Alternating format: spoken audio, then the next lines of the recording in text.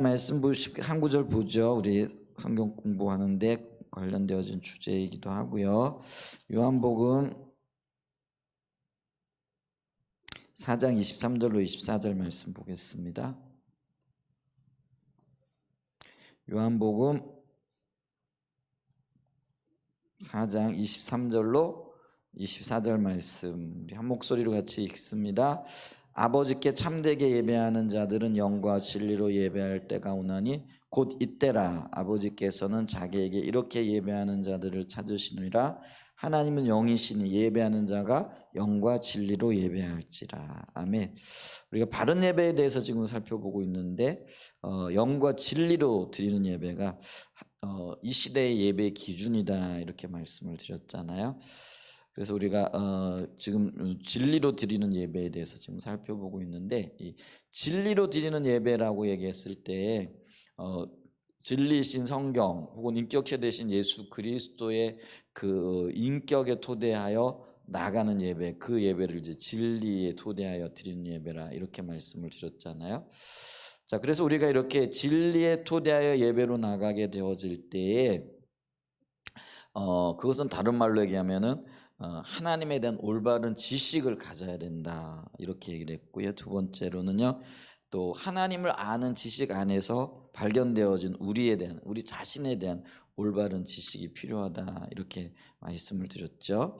자, 그랬을 때 이 하나님에 대한 올바른 지식이라는 거는 인격적으로 하나님을 만난, 그래서 지적이고 영적이고 도덕적이고 경험적인, 그래서 우리가 이때까지 들어왔던 본질로서의 하나님과의 관계를 이야기하는 거고요.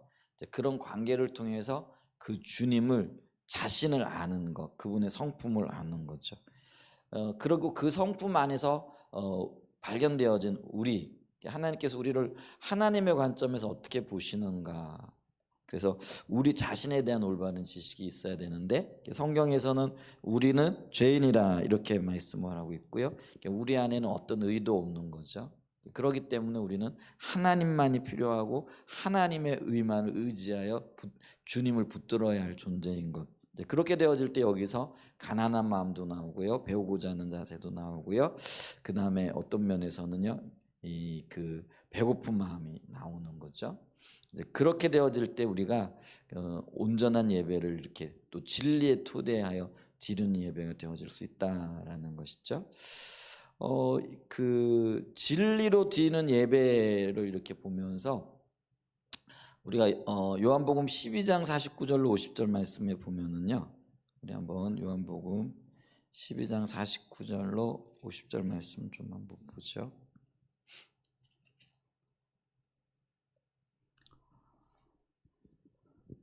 요한복음 12장 49절 한번 보죠. 한번 같이 읽어보겠습니다. 내가 내 자유로 말한 것이 아니요 나를 보내신 아버지께서 내가 말할 것과 이룰 것을 친히 명령하여 주셨으니 나는 그의 명령이 영생인 줄 아노라. 그러므로 내가 이루는 것은 내 아버지께서 내게 말씀하신 그대로니라 하시니라. 우리의 신앙이 하나님 중심적인 신앙이잖아요. 그래서 하나님 중심적인 신앙이라고 얘기했을 때에 우리가 지금까지 배웠기는 세 가지 특징을 갖는다라고 얘기를 했죠. 그래서 하나님의 자원으로, 또 그 하나님의 목적을 위하여, 또 하나님의 방법으로 우리의 신앙이 이렇게 형성이 되어져야 할 뿐만 아니라 그렇게 살아가야 된다라는 것이죠. 근데 우리가 읽은 이 말씀이 하나님의 자원으로 살아가는 것에 있어서의 예수님이 아버지를 의존하는 것에 대해서 이야기를 하고 있는데, 근데 이게 예배와도 굉장히 밀접한 연관이 있잖아요. 예수님은 하나님의 말씀에 절대적으로 의존하고, 그리고 그것이 그의 삶이었는데 삶과 예배가 분리되어지지 않으니까 예배를 드릴 때도 말씀에 의존하고 진리에 의존하여 주님 앞에 나갔다라는 그런 의미가 되어지잖아요. 근데 여기 보게 되어지면은 내가 내 자유로, 그러니까 하나님 자원으로 살아가는 삶의 영역에 있어서도 예수님 스스로 어떤 진리를 말한 것이 아니고 또 진리를 가르친 게 아니라라는 거죠. 그러니까 하나님께서 주신 진리, 또 하나님께서 깨닫게 하신 거 혹은 보여주신 그 진리를 붙잡았다라는 거죠. 그래서 그걸 가르쳤다라는 거죠. 그럴 뿐만 아니라 이 진리를 가르치는 방법에 있어서도 나를 보내신 아버지께서 내게 말할 것과 이룰 것을 신이 명령하여 주셨다. 그래서 이걸 가르치는 것, 또 의존하여 살아가는 것, 또 그렇게 삶의 영역에 있어서 하나님과 동행하는 삶의 모든 영역에 있어서도 하나님으로부터 하나하나 일일이 가르침을 받았고, 물론 이제 하나님과의 친밀한 교제 가운데서 있었다라는 거죠. 제가 지금 말씀드리고 싶은 게 뭐냐면은 우리의 삶과 예배 그리고 우리의 신앙이 이렇게 분리되어지지 않는다라고 얘기했잖아요. 그러면은 신앙이 하나님 중심적인 신앙이면 예배도 하나님 중심적인 그런 예배가 되어져야 되는 거죠. 물론 삶의 영역에서도 그렇죠. 근데 이런 삶의 영역에 있어서 혹은 신앙과 예배 영역에 있어서 주님이 어떤 자세를 가지고 살아갔느냐라고 했을 때 자유로 말하지 아니하고 또 그 말한 그것에 있어서도 말씀을 전하는 영역에 있어서도 주님의 인도를 따라서 하나하나 비춰보고 또 분별하고 주님과 동행하는 삶 가운데 살아갔다는 그걸 이야기를 하죠. 그게 어떤 면에서는 그리스도인의 삶이고 또 그리스도인이 드려야 할 예배고 또 그리스도인의 신앙이 되어지는 거죠. 아까도 말씀드렸듯이 이 세 가지가 분리되어지지 않는다라는 거죠. 제가 요즘 이렇게 생각하고 또 은혜를 구하고 있는 것 중에 하나가 뭐냐면은요.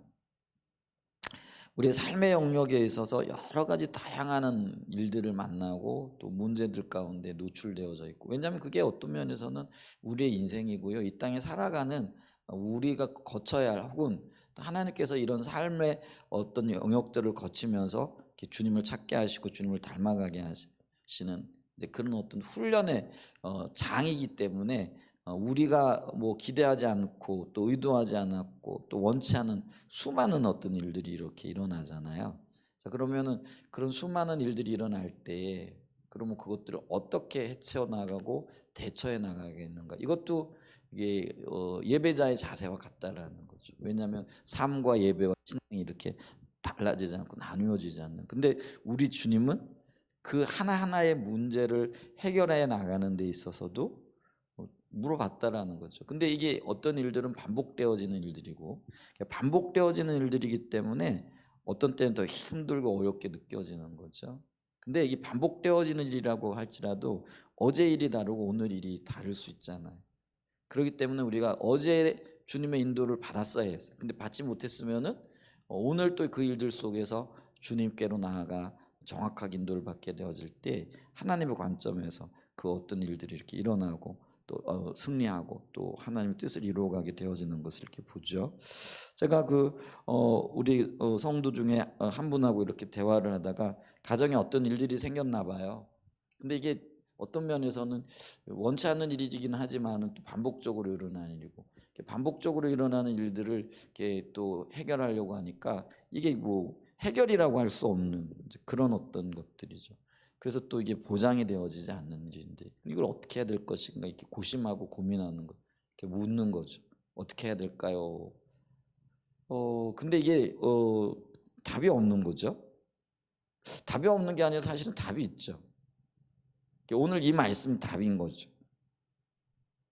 그 얘기는 뭐냐면은 우리의 삶에 일어나는 그게 그 자녀의 문제이건 아니면 뭐 관계의 문제이건 남편의 문제이건 부모의 문제이건 아니면은 그 문제가 어떤 문제였든지 간에 그 문제를 풀어나가고 또 인도함을 받는 영역에 있어서도 순간순간 어떻게 해야 될 것인가를 인도를 받아야 돼요. 찾아야 돼요. 우리 주님이 그러셨던 것처럼. 근데 이게 참 어떤 면에서는 멀고도 험한 길인데 가장 안전한 길이기도 하죠. 그래서 제가 대화 중에 이런 문제들을 어떻게 해결해야 될까 이렇게 고심을 하고 이게 기도해야 되겠다. 왜냐하면은요 어떤 면에서는요 이 우리의 삶에 반복적으로 일어나는 일들은 그게 어떤 영적인 문제일 수 있고요 영적인 공격이기도 하겠다라는 그 생각이 들거든요. 이제 제 삶에도요 이렇게 보면은 반복적으로 일어나는 어떤 일들이 있어요. 이제 그게 이제 뭐 관계이기도 하지만은 어떤 때는 어떤 일에 낙심한다든지 그 낙심하는 것도 가만히 보면은요 어떤 영역에 있어서 반복적으로 그 문제와 비슷한 것과 관련되어진 것들이 이렇게 낙심하는 경우들이 이렇게 많더라고요. 근데 이제 목회자에게서 낙심하는 일은 가장 이제 많은 거는 이제 뭐 교회 일과 관련되어져 있고요. 또 이제 가정의 일일 수도 있어요. 이제 어떤 그런 일들을 이렇게 반복적으로 일어나는 어떤 일들 때문에 이렇게 낙심하게 되어지고 또 이렇게 의기소침하게 되어지는 이제 그런 일들이 있죠. 근데 그런 게 가만히 이렇게 돌아보면은요, 내 안에 아직 해결되어지지 않은 거죠. 그러니까 하나님의 방법으로 그런 것들을 완전하게 이렇게 덮어버리게 되어, 그 덮어버리게 되어지면 이제 그 문제들이 온전히 해결되어질 텐데 이게 온전히 덮여지지 않은 거예요. 하나님의 방법으로 혹은 이제 그러니까 그 영역을 그 어둠의 영들이 파고들거나 아니면은 지속적으로 이렇게 공격하고 있는 이제 그런 것들을 발견하겠더라고요. 그래서 우리가 어제 그 왜 화해 집회 오전에 이렇게 중보 기도회를 이렇게 나누면서 이게 그렇게 어떤 면에서는요, 이게 완전히 정복하지 못한 영역들인 거죠. 사단이 틈을 탈 수 있는 어떤 영역들이 있더라는 거죠. 근데 그게 속임수일 수 있고요. 그리고 우리 자신도 모르게 받아들인 거짓 진리죠. 근데 거짓 진리를 우리가 받아들인 거예요. 뭐 그래서 몇 가지 이렇게 예를 들었잖아요. 뭐 교회가 이런 것들 때문에 부흥되지 않더라. 이런 것들 때문에 힘들더라. 뭐 또 사람이 변치 않는다더라. 이 변치 않는 것에 대한 어떤 그거는 근데 하나님의 관점은 아니거든요. 하나님은 사람은 변할 수 있다라고 그리고 변한다라고 말하고 있잖아요. 근데 이제 우리는 안 변해. 변할 수 없어. 이렇게 그냥 왜냐하면 우리 경험이거든요. 그리고 지금까지 그래 왔으니까 그게 뭐 어떤 면에서는 수십 번일 수도 있거든요. 그러니까 그냥 그걸 그냥 받아들이는 거죠. 근데 주님은 아니라고 얘기를 하거든요. 그러면 이걸 진리에 동의하면서 이런 어떤 거짓들이 우리의 삶에 영향을 미치고 공격이 들어오는 영역에 있어서 우리가 좀 깨어 있어야 할 필요가 있겠다. 그래서 이거를 좀 차단하고 이렇게 막아서고 그리고 이게 공격이 들어올 때 어떤 그 적극적인 방어도 필요하고요. 오히려 역공격도 필요하죠. 왜냐하면 우리가 이 하나님은 하나님 나라를 확장해 나가는 영역에 있어서 결코 수동적인 자세로 쓰지 않으셨거든요. 그러니까 저와 여러분들을 구원하시기 위하여 예수님을 이 땅에 보내신 것 자체가 그러니까 하나님 편으로부터 시작되어진 영적인 공격이거든요. 사단의 견고한 진을 몰아내고 하나님 나라가 확장되어지기 위하여 예를 들면은 이게 특공대를 보낸 거예요. 예수님께서 죄와 또 슬픔이 가득한 이 세상에 하나님의 복음을 가지고 하나님의 그 승리를 가지고 이 땅에 오셨거든요. 그게 이제 하나님의 침투거든요. 그러니까 적극적인 공격이잖아요. 근데 우리는 이 영적인 전투를 어떤 영역에서는 굉장히 수동적으로 생각하고 사단이 공격하면은 어쩔 수 없어 가지고 이렇게 막아서는 이렇게 생각을 하는 거죠. 근데 그게 아니고요. 우리가 뭐 저는 병법을 잘 모르지만 병법에도 그렇게 얘기한다고 그러잖아요. 가장 그 적극적인 수비가 공격이라고. 뭐 축구도 그런 것 같잖아요. 전 축구를 잘 모르지만은 맨날 뭐 자기 진영에만 머물러 있으면은요. 그게 아니고요. 상대편 진영으로 공을 몰고 나가는 거죠. 똥볼을 차서라도 상대편 지명으로 내보내는 거죠. 이제 그러면서 이 그 뭐죠? 그 상대편의 공격이 이렇게 집중되어지는 거 흩어지게 하는 거죠. 이제 그 공격력을 흩어지게 하고 또 우리가 다시 공격할 수 있는 어떤 기회들을 이렇게 만들어가는 거죠. 이제 그런 것들이 좀 필요하겠다. 그래서 그 우리가 이런 부분에 있어서 좀 함께 기도하고 은혜를 구하고 이제 이런 영역들도 좀 이렇게 필요한 것 같더라고요. 그래서 이런 부분에 있어서 은혜가 필요하고 또 그러면서 또 한편으로는 우리 주님이 그 삶을 살아가는 영역에 있어서 또 말씀을 전하는 영역에 있어서 그 얘기는 예배와 관련되어져서 볼 수 있듯이 그 삶의 모든 영역에 있어서 하나님의 구체적인 인도를 받았다라는 거잖아요. 그래서 이렇게 건별로 어떤 면에서는 인도를 받았다라는 거. 이제 그러려고 하면은 우리가 좀 어떤 면에서는 좀 더 부지런해져야 될 필요가 있고요. 그리고 요걸 좀 인식을 하고 주님 요구 경우에는 어떻게 해야 될까요? 어제 경험이 아니고요. 오늘 새로운 문제가 생겼는데 이 새로운 문제를 하나님 어떻게 할까요? 이거를 물어봐야 돼요. 그리고 우리는 어떻게 하든지 주님으로부터 들어야 돼요. 그리고 듣고 그 문제를 접근해 나가고 또 이렇게 우리의 연약함이 또 그 드러날 때 그런 것들을 또 극복해 나가면서 주님과 동행하고 동역하고 그걸 우리가 발견해 나가야 된다는 거죠. 그래서 주님의 말씀하시는데 그 주님의 말씀이 50절에 보면은요. 그게 영생인 줄 안 돼. 그래서 이 50절에 나는 그의 명령. 그러니까 하나님께서 예수님께 가르쳐 주신 그 방법을 얘기하는 거예요. 그러니까 예수님이 하나님과의 친밀한 교제 가운데에서 주님으로부터 이렇게 들었잖아요. 그게 명령이고 말씀이잖아요. 근데 예수님이 뭐라고 말씀하시냐면 나는 그의 명령. 그러니까 내가 그러니까 무엇을 말하고 그 말하는 방법까지도 그러니까 개별적으로 껌껌이 인도를 받았다라는 거죠. 근데 끈끈이 인도받는 그 명령이 뭔 줄 아는 거죠? 영생인 줄 알아요. 근데 요한복음에서 얘기하는 영생이라는 것 단순하게 영혼의 구원만을 말하는 거 아니라고 우리 수없이 들었잖아요. 수없이 말하고 있잖아요. 그럼 이게 뭐예요? 이 영생이라는 게 구원이라는 말인데 이 구원은 뭐냐면 그 문제에서의 구원이라는 거예요. 예를 들면 내가 그 어떤 문제를 가지고 집중적으로 기도하면서 하나님 주시는 지혜를 따라가는 거예요. 그게 이제 우리 예수님이 하나님 앞에 섰던 방식이라는 거죠. 그러니까 예수님이요 주님 앞에 설 때 시간이 모자랄 정도로 서는 거죠.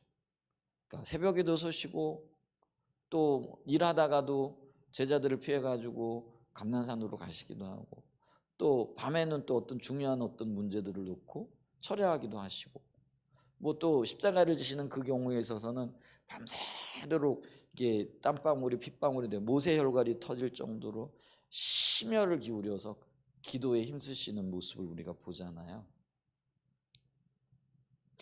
이런 걸 보면서 예수님의 기도 생활 혹은 주님을 찾고 구하는 그 영역은 우리와는 비교할 수 없을 정도로 바빴겠다. 집중하는 어떤 것들이 있는 거죠. 제가 어제 그 말씀을 들으면서 어제 나왔는지 모르겠는데 주일날 아마 저 그 말씀하시는 그 간증을 들었다 그러잖아요. 그 왜 한 아이 그 뭐죠 7살짜리 큰 아이 그 밑으로 쭈루룩 하는 네 아이. 그러니까 집에서 네 아이를 키운다라는 게 얼마나 바쁘겠어요. 남편도 바빠서 그렇게 도와주지는 못하는 것 같더라고요. 근데 그 와중에도 주님 찾으면서 주님의 음성을 듣고 물론 이제 여러 사람들의 도움이 필요하고 또 도움 지체들 간의 어떤 뭐 이렇게 교감이나 도움 뭐 이런 것들이 있겠죠. 당연히 이제 그런 것들은 필요하죠. 이제 그러면서도 주님 찾으면서 주님의 인도를 받고 주님과 동행하려고 무진장히 이렇게 애를 쓰는 거죠. 근데 거기에 굉장한 영적인 에너지들이 필요한 부분들을 이렇게 보게 되잖아요. 근데 우리가 이제 그런 것들을 이렇게 보면서 내 안에 그런 열정과 주님의 인도를 받되 껌껌이 어떤 면에서는 사건 하나하나에 이르기까지 이렇게 받으라 할 것인가 또 그 받기 위해서 내가 어떻게 주님 앞에 깨어 있어야 할 것인가 이런 고민들을 좀 해야 되는 영역들이 있는 거죠. 그리고 그렇게 인도를 받게 되어질 때 이제 이 문제가요 정말 주님의 간섭하심 때문에 구원받을 거예요. 영생을 얻게 되어질 거예요. 그래서 이제 우리 그 부분에 있어서 함께 기도하는 것이 좀 필요하겠다. 그래서 이런 영역에 있어서도 좀 적극적으로 구하고 어떻게 하는 것이 지혜로울까? 어떻게 이 부분을 풀어나가야 될까? 하나님은 뭐라고 말씀하실까? 하나님은 모든 영역에 있어서 해답을 갖고 계시잖아요. 근데 우리는 어떤 문제에 부딪히면 우선 좀 답답하고 이렇게 마음이 이렇게 뭐랄까 이렇게 무너지는 것 같은 느낌이 들죠. 이걸 어떻게 해야 되나? 근데 물론 우리가 나와가지고 기도하고 부르짖고 하는 것도 기도지만 그 문제를 주님 앞에 올려드리고 때로는요 그 문제에 집중하기도 하지만 그냥 주님을 구하는 거예요. 주님을 의지하는 거예요. 뭐 주님은 모든 것의 해결자가 되시고 또 뭐 해결 이전에 나는 주님만을 바라봅니다. 이렇게 서는 거죠.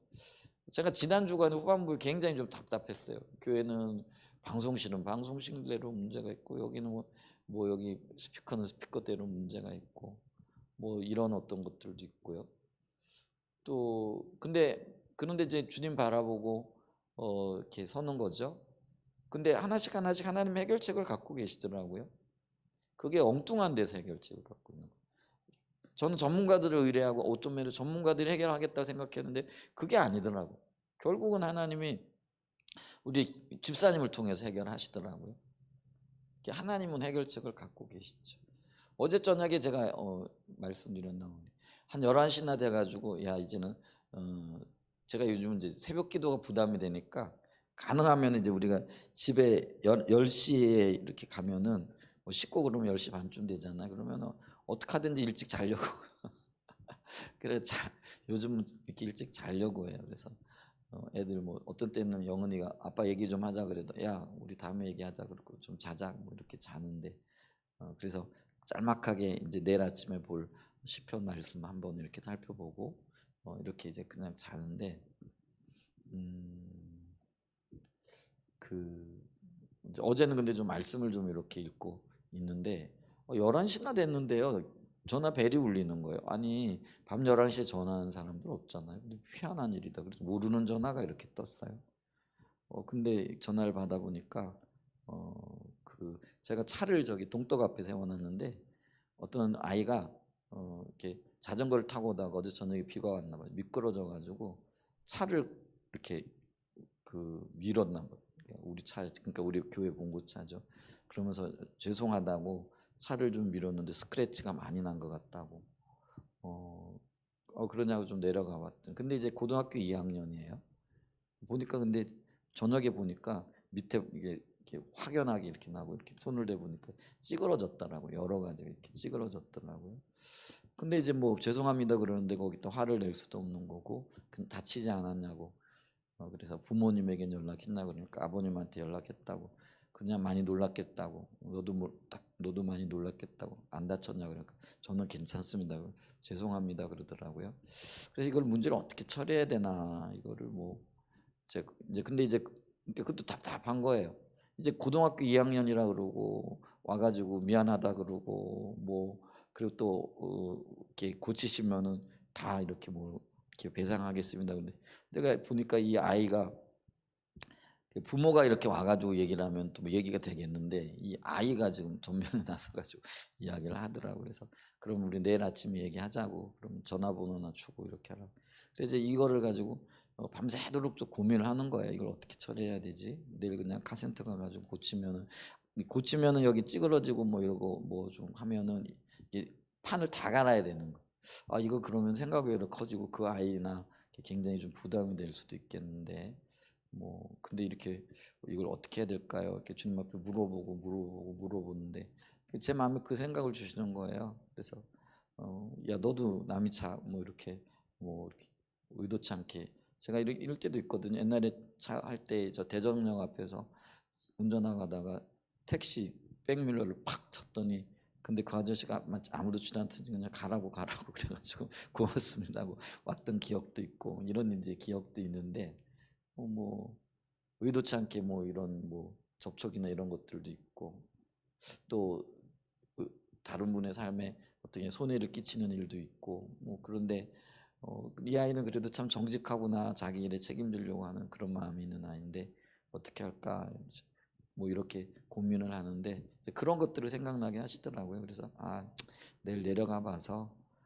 뭐 웬만하면은 그냥 없던 걸로 이렇게 해야 되겠다 생각을 하고 이렇게 잠자리에 들었는데 그것도 마음이 편치를 않는 거죠. 왜냐하면 이게 또 교회 차이기도 하고 그렇잖아요. 물론 우리가 찌그러뜨리기도 하고 이제 그런 일들도 있기는 하지만은 또 다른 전혀 찌그러지지 않은 부분에 찌그러지는 이제 이런 일이 생기니까. 근데 이제 뭐 아침 일어나서 기도하는 거죠. 주님 어떻게 할까요? 그러면서도 주님 바라보고 하는데 아침 6시 28분인가 이제 제가 이제 기도 끝나고 보니까 걔가 보낸 시간이 6시 28분이더라고요. 문자를 보냈어요. 어제 그 사고를 낸 학생인데 제가 오늘 학교 가서 수업을 들어야 되기 때문에 전화를 못 받을 수 있을 것 같아가지고 형과 엄마의 전화번호를 드립니다. 연락 주세요. 이렇게 해놨더라고요. 그래서 제가 보면서 그 아이가 참 기특하더라고요. 그리고 부모가 그 아이에게 그렇게 하라 그랬는지 모르겠는데 보통 저 같으면 이제 우리 주영이가 뭐 고등학생이 그러면 제가 대신해서 연락하고 뭐 이랬을 텐데 뭐 내 생각에 얘가 이렇게 부모님들이 그거를 이렇게 나서서 할 만한 어떤 건 아니신가? 뭐 그건 제가 모르겠어요. 근데 이제 뭐 전화번호를 가르쳐 주셔서 그래서 이 제 마음에 이제 그게 확신이 들더라고요. 아, 이 아이가 자기의 어떤 과오들을 인정하고 또 책임지려고 하는 자세가 있구나. 참 좋은 자세지. 그러면은 이 부분에서 좀 자유롭게 해줘야 되겠다 이 생각이 들고 그래서 차를 이렇게 좀 그걸 닦아봤더니 찌그러지긴 찌그러졌어요. 근데 볼만해요. 그리고 그거 가지고 가가지고 뭐 고친다 그러면 이것도 되게 웃긴 일이 되겠더라고요. 그거 조금 했다고 빌미 삼아가지고 차 뭐 판 전체를 가게 되어지면 수십만 원 혹은 뭐 많이 나가면 5, 60만 원도 들게 요즘은 이제 그렇잖아요. 들겠더라고요. 그래서 그렇게 하는 거는 하나님의 뜻이 아닌 것 같다. 뭐 이제 우리가 재산상의 손해를 입었지만은 때로는 뭐 그런 부분들에 대해서도 과오를 인정하고 할 때 해줘야 되겠다 하는 이제 그런 그 어떤 해결책이 보이더라고요. 그러면 그 마음에 이렇게 불편함이 없어지는 거예요. 이걸 제가 어젯밤에는 이거를 뭐 그냥 어떤 일로 하자 그래도 불편하고 또 이거를 또 고쳐도 불편하고 그걸 도대체 어떻게 될지 모르겠다 이제 이런 생각을 하고 있었는데 아침에 이렇게 그렇게 기도하고 하는데 그냥 그 아이 좀 자유롭게 해주고 우리가 또 교회 차이긴 한데 하나님 찾았잖아요. 그래서 조금 하나님도 왼편 치면 오른편 돌려드리라고 하셨는데 뭐 손이 좀 됐다고 해가지고 이거 가지고 아이를 괴롭힐 건 아닌 것 같다 그래가지고 제가 문자를 보냈어요. 책임지려고 하는 그 자세가 참 기특하다고. 근데 그냥 좀 찌그러지고 했지만 그냥 보내겠다고 그래서 자유하라고 이렇게 제가 문자를 보내줬더니 바로 답장이었다고요. 너무 감사하다고. 그렇게 안 하셔도 되는데 그렇게 해주셔서 너무 감사합니다. 그러면서 뭐라고 얘기를 하냐면 만수무강하세요. 그렇게 나더라고요. 고등학교 2학년짜리가 그래가지고 얘가 고맙기는 고맙. 제가 만수무강할 거예요. 그 제가 그렇게 만수무강을 이렇게 빌어줬어요. 근데 제가 지금 그걸 얘기를 하는 게 아니고요. 어떤 일을 만나고 어떤 일이 이렇게 생기게 되어지면 우선 답답하거든요. 그게 해결되어지기 전까지는. 그런데 그럴 때라도 우리가 해야 될 일이 있어요. 그게 뭐냐면 주님 어떻게 해야 돼요? 그게 해결을 위해서가 아니고요. 주님을 의지하고 서는 거예요. 그러면 주님이요, 이렇게 편안한 마음을 주시든지 어떤 그 길을 주시든지 아니면 어떤 일을 감당하면서도 그게 전혀 불편하지 않을 거예요. 어떤 거는요, 이렇게 주님이 안 주시는 건요, 이래도 불편하고 저래도 불편한 거예요. 하면 하는 대로 불편하고 안 하면 안 하는 대로 불편하고. 그러니까 이게 있어요. 주님이 하나님의 때가 되어지면 그 문제를 온전히 어떤 그 근원부터 이렇게 그거는 이제 기도하면서 우리가 그 근원이 해결되어지기를 위해 기도해야 될 거예요. 이제 그게 이제 우리가 기도가 필요해요. 그리고 영적인 어떤 그게 이게 영적인 문제들이기 때문에 이런 영역에 있어서 기도하면서 은혜를 구하고 이렇게 주님의 인도를 따라 가지고 가야 되는 거예요. 근데 이게 아직까지 어떤 면에서 우리가 더 겪어야 될 어떤 일들이라고 하면은 그 일을 겪는 과정 중에 주님이 그걸 감당할 수 있는 힘을 주세요. 마음도 편안해 주시고 환경도 그걸 감당할 수 있는 어떤 길들을 열어가는 거예요. 근데 우리가 억지로 하려고 하진 없죠. 기도하면서 주님 주시는 것들 때로 따라 이렇게 나가면 되는 거죠. 그게 지금 오늘 이 말씀하고 있는 이 말씀이죠. 주님이 고민하고 할 때 어떻게 해야 되겠다 이게 저는 그걸 각단이 잡힌다 이렇게 얘기를 하거든요. 방향이 잡히고. 근데 이제 주님이 그렇게 일하시기 시작을 하는 거죠.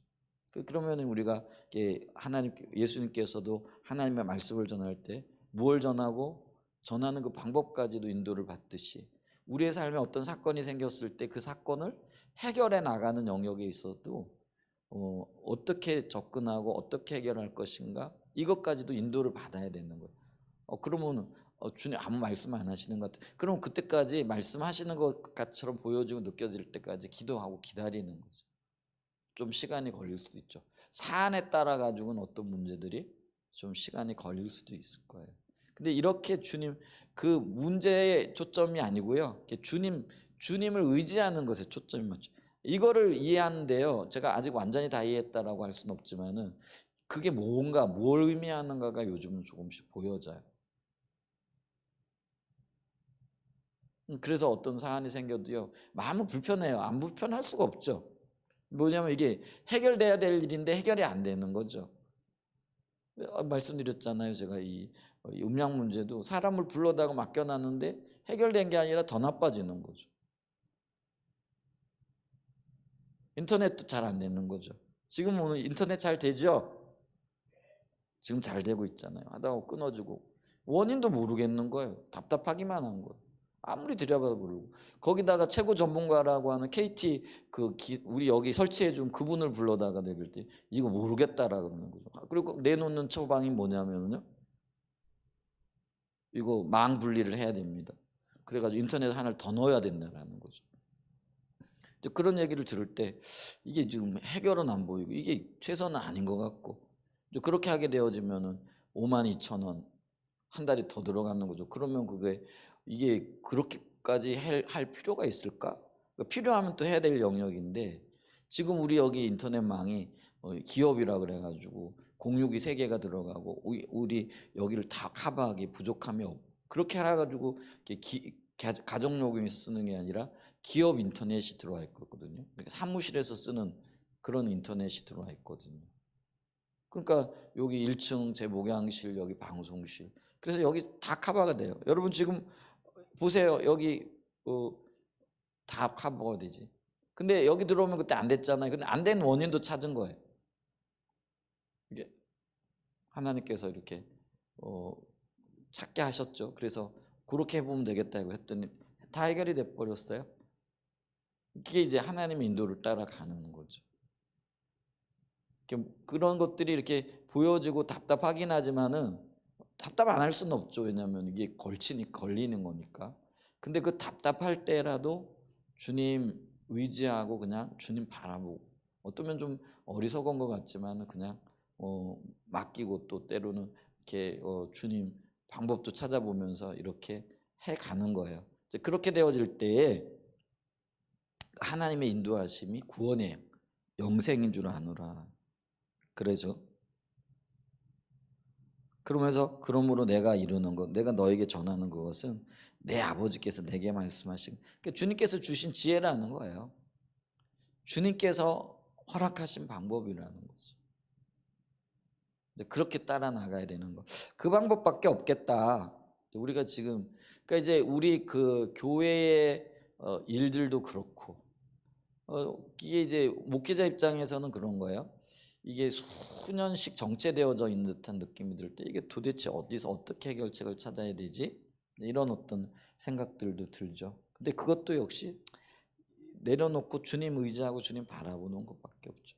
가정의 일도 그래요. 우리가 많은 일들이 생겨나고 근데 이게 반복적으로 일어났고 수많은 고통이 있는 일들인데 이걸 도대체 어떻게 해야 되나 했을 때 방법이 없어요. 지금 여기서 말씀하시는 것 그리고 제가 지금까지 이야기했던 것 그러면 은혜를 구하는 거죠. 그리고 이 영역에서 깨어 있는 거죠. 그러면서 주님의 방법을 찾는 거예요. 주님이 어떤 방법을 이렇게 주시든지 그 방법을 붙잡고 나가는 거죠. 그렇게 되어지면은 하나님은 반드시 처방을 가지고 계신 분이죠. 그러니까 우리 주님은 해결책을 가지고 계시. 다만 우리가 그걸 모르고 있기 때문에 어떤 때는 답답하고. 근데 어느 순간에 하나님은요, 내가 기대하지 않았던 혹은 내가 전혀 생각하지 않았던 방법으로 일하시는 거를 우리가 보게 될 거예요. 그게 구원이죠. 그리고 그 구원이 멀지 않았어요. 아멘? 멀리 있지 않아요.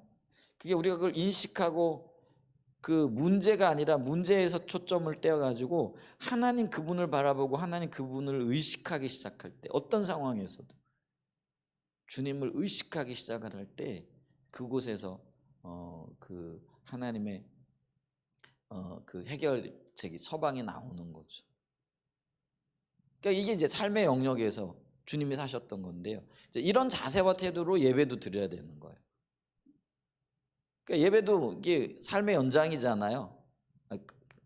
그 예배가 삶이 예배의 연장이기도 하고요. 이게 연결되어지는 거잖아요. 그렇기 때문에 이 예배에도 이 하나님만을 의지하여 집중하고 주님 서게 되어질 때 이게 핵심이라는 거죠. 그럴 때 거기에 주님의 임재가 있고 또 그곳에서 주님의 음성이 들려지고 또 그 교제가 일어나고 하나님 뜻이 일어나는 이게 진리로 드리는 예배라는 거죠. 우리가 그렇게 좀 자라나야 되고 서야 되고 세워져야 되는 그런 일들이 있다라는 거죠. 이런 것들이 우리가 좀 더 고민되어지면서 함께 기도하면서 은혜를 구하고 또 어떤 면에서는 영적인 전쟁을 해야 되고 어떤 면에서는 우리가 합력해야 되고 이런 어떤 부분들이 있지 않은가. 그래서 기도하면서 주님의 은혜를 구하는 그런 시간들이 되어졌으면 좀 좋겠습니다. 그러면서 진리로 예배를 안 드리게 되어지면 어떤 일들이 일어나느냐?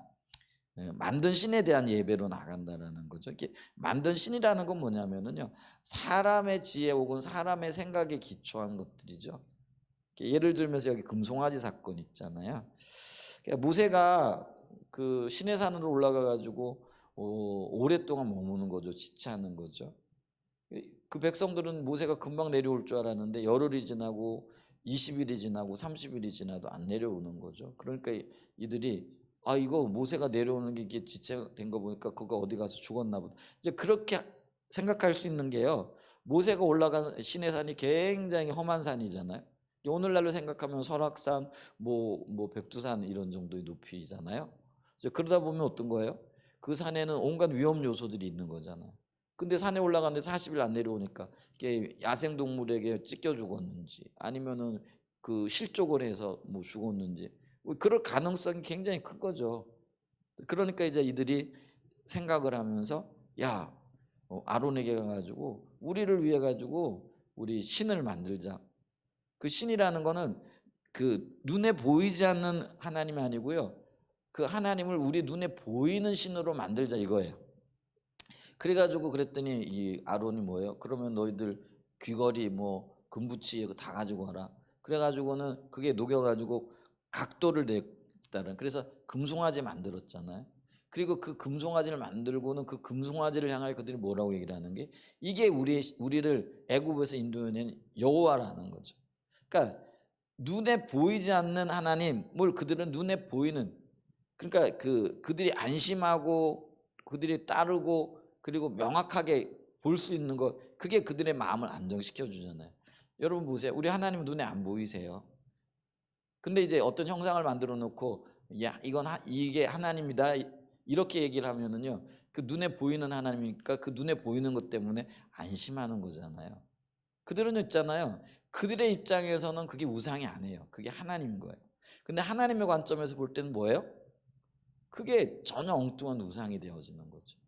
자, 그러면서 그들이 그 여호와의 절일 그들이 하나님의 그 안식일을 지키듯이 여호와의 절일을 지켰더라. 그러면서 그들이 금송아지 앞에서 화목제를 드리고요, 번제를 드리고요. 뭐 이 하나님의 제사 방법을 따라 가지고 명령하신 그런 지금 예배를 드리고 있는 거예요.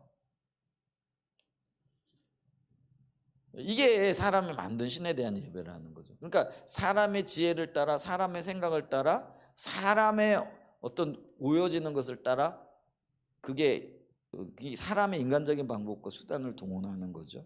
그게 만든 신에 대한 예배가 되어진다라는 거죠.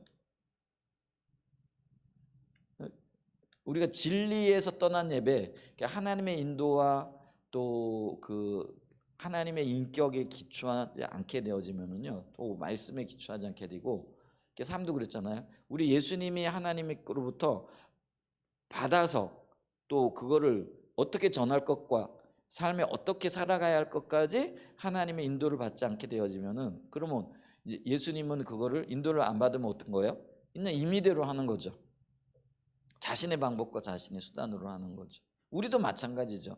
우리 예수님이 가르쳐 주신 영과 진리로 드리는 예배의 토대에 하지 않게 되어지면 우리는 우리 생각을 따라 예배를 드리는 거예요. 이게 좋겠다, 이렇게 드리면 되겠다, 이게 우리가 생각하는 신의 개념이야.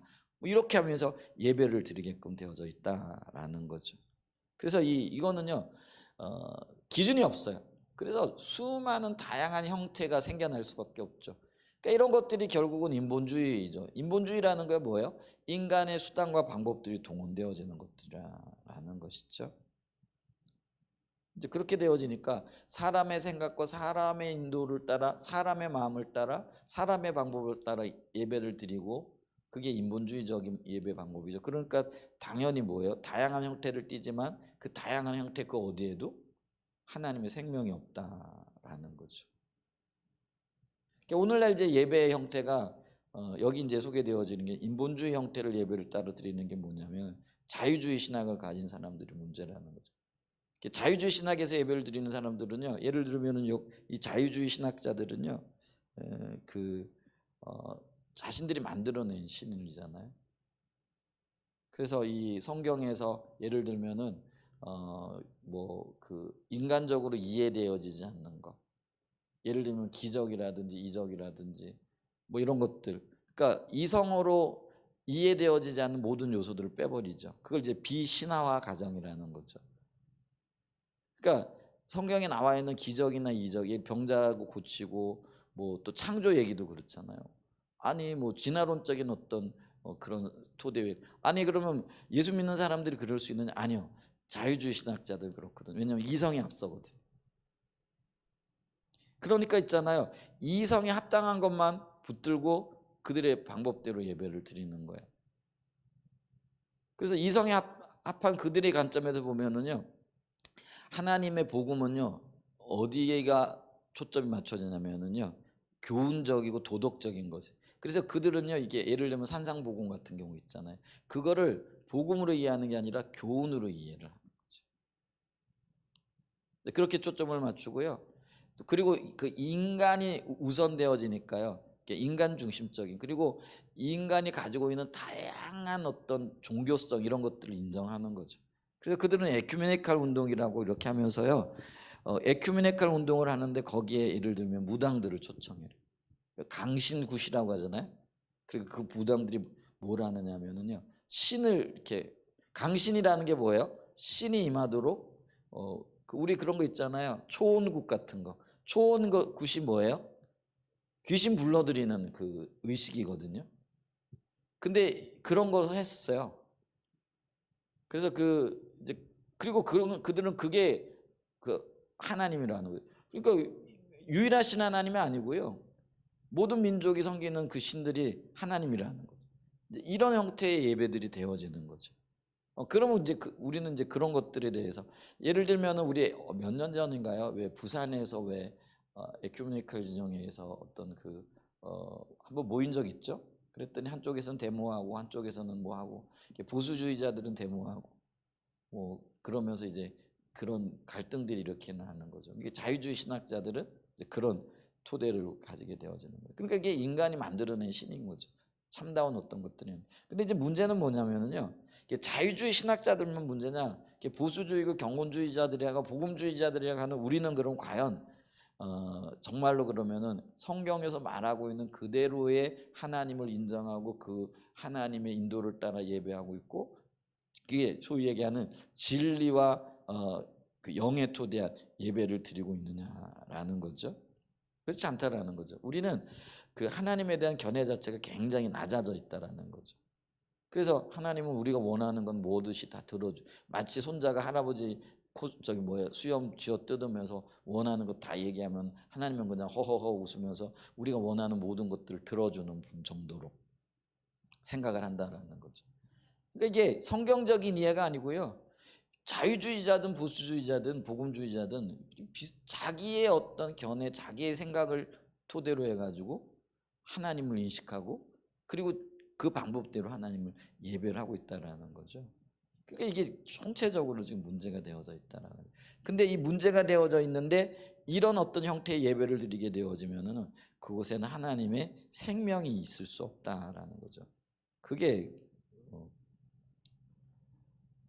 그렇기 때문에 이 영과 진리로 예배드리기 위해서는요 아까 얘기했던 하나님에 대한 올바른 인식이 너무나도 절실하고요. 그리고 이 하나님에 대한 올바른 인식, 그러니까 성경이 말씀하고 성경이 우리에게 가르쳐주는 그대로의 하나님을 인식하고 그거에 토대해가지고 예배를 드리는 것, 이게 참된 예배라는 거죠.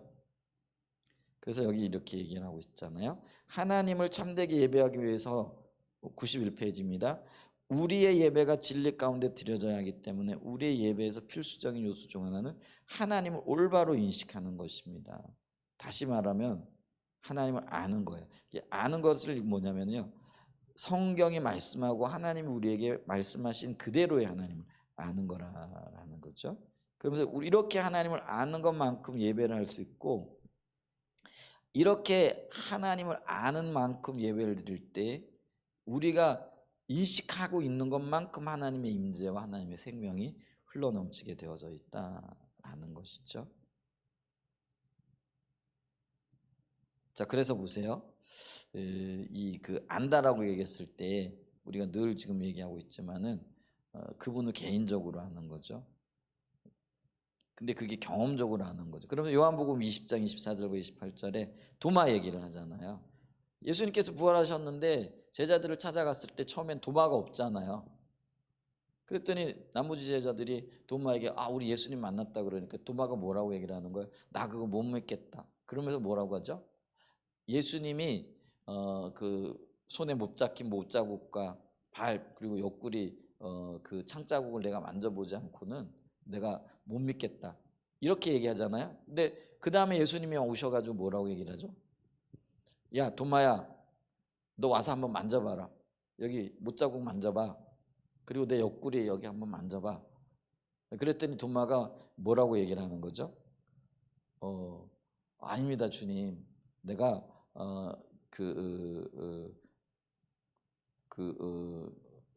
뭐라고 얘기를 하냐면 당신은 나의 하나님이고 나의 주님이십니다. 이렇게 고백을 하잖아요.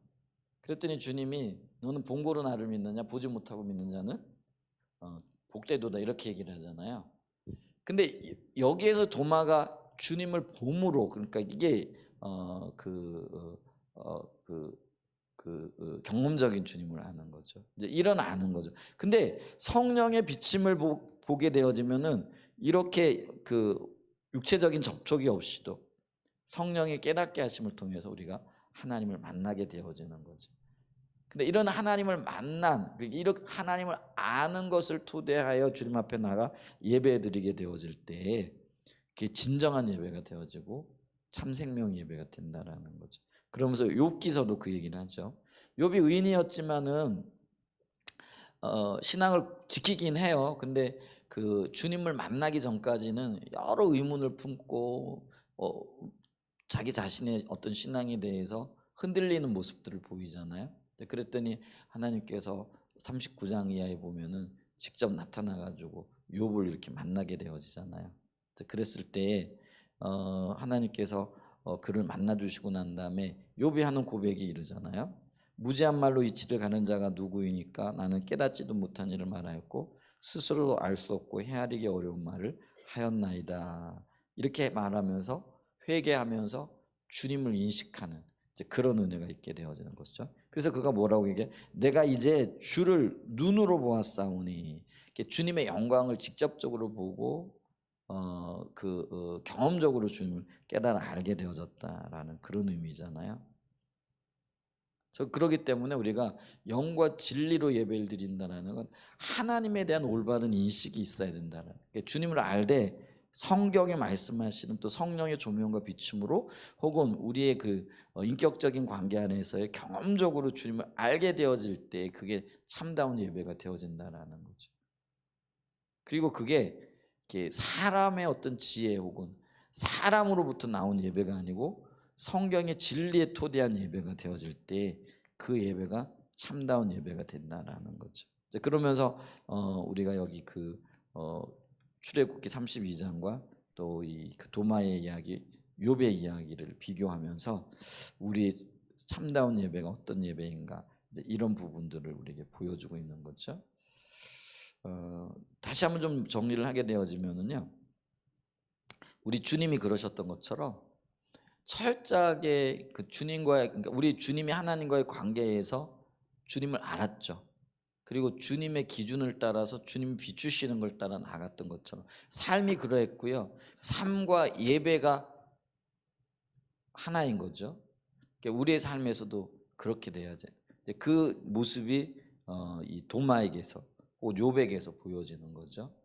그러면서 우리가 하나님의 통치와 인도를 받고 또 그분으로부터 듣고 또 그렇게 예배할 뿐만 아니라 우리의 삶의 영역에 있어서도 건별로 하나하나 주님 앞에 인도함 받고 주님께로부터 듣고 주님께서 명령하신 그것이 영생이라 주님이 말씀하셨던 것처럼 그렇게 인도를 받아 나가는 것, 그게 구원이 있습니다. 그리고 거기에 어떤 면에서는요, 해결이 있고요, 하나님의 처방이 있다라는 거죠. 우리가 그걸 인식하면서 방법이 없는 것 같아요. 주님 찾고 알기 위하여 주님 앞에 서야 되고, 그리고 순간순간 주님만을 의지하여 다양한 우리의 어떤 문제들이 있고 또 다양한 일들이 끊임없이 생겨나죠. 하나 해결된가 하면은 또 다른 문제가 생겨나는 거죠.